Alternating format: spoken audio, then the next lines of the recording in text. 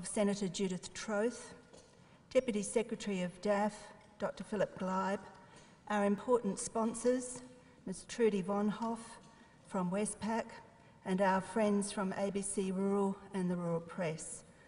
Ladies and gentlemen, it's a great pleasure to be here again, and on behalf of the Rural Industries R&D Corporation Board and staff, to add my own welcome to Parliament House and to our annual dinner to celebrate the contribution that women make to rural Australia.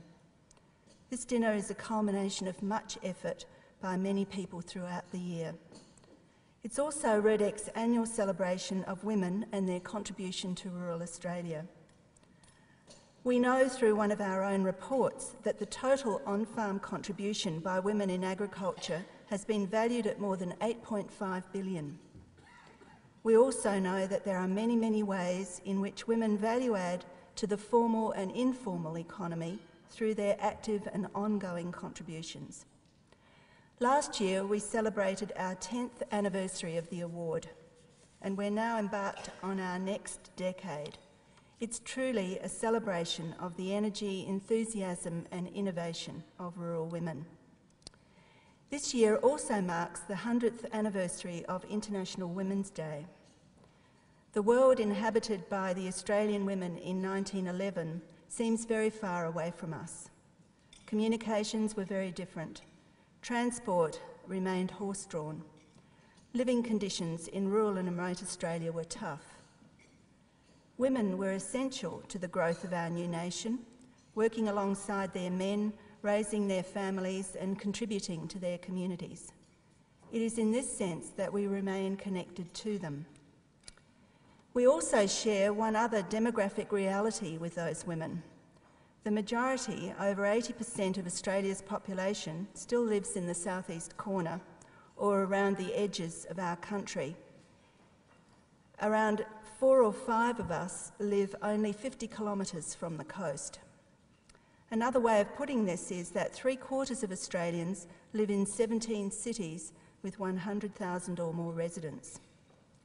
And while we're a very mobile nation, it's a fact that over the past 100 years, the centre of gravity of our population has moved very little. In fact, Graham Hugo says the centre of gravity has moved from one side of Cowra to the other side of Cowra in 100 years. The report produced by the panel on demographic change and livability, of which I was a member, was released in December last year. The panel was very keen to highlight the link between food and fibre production, land availability, and rural and remote sustainability. It was also keen to showcase the need to consider the intergenerational change sweeping through rural and remote Australia and the need to plan for this change. The report strongly urged that government ensure that any future planning does not further stigmatise or create a second.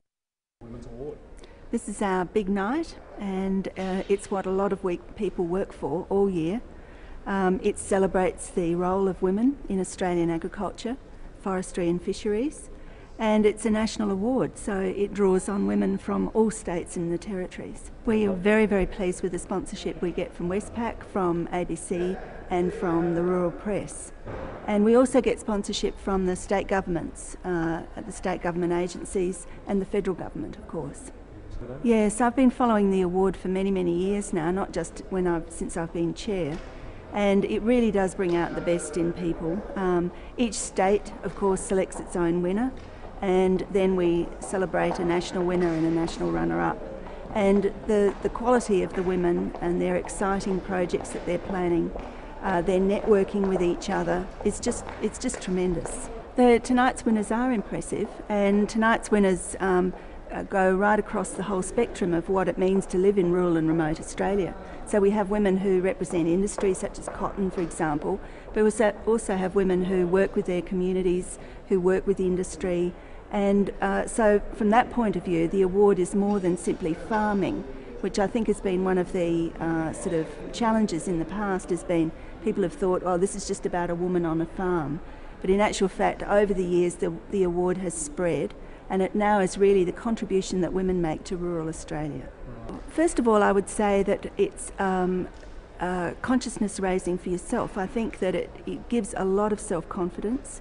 It teaches you that the work you're doing is really important. Many women tend to put aside the work that they do and say, everybody's doing that, I'm not special.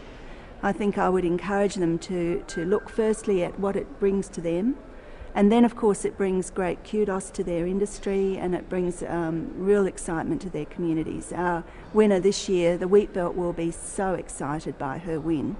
So I would say to the people who are thinking about it, give it a go. Yes, it can be a bit challenging, but it's worth it in the long run.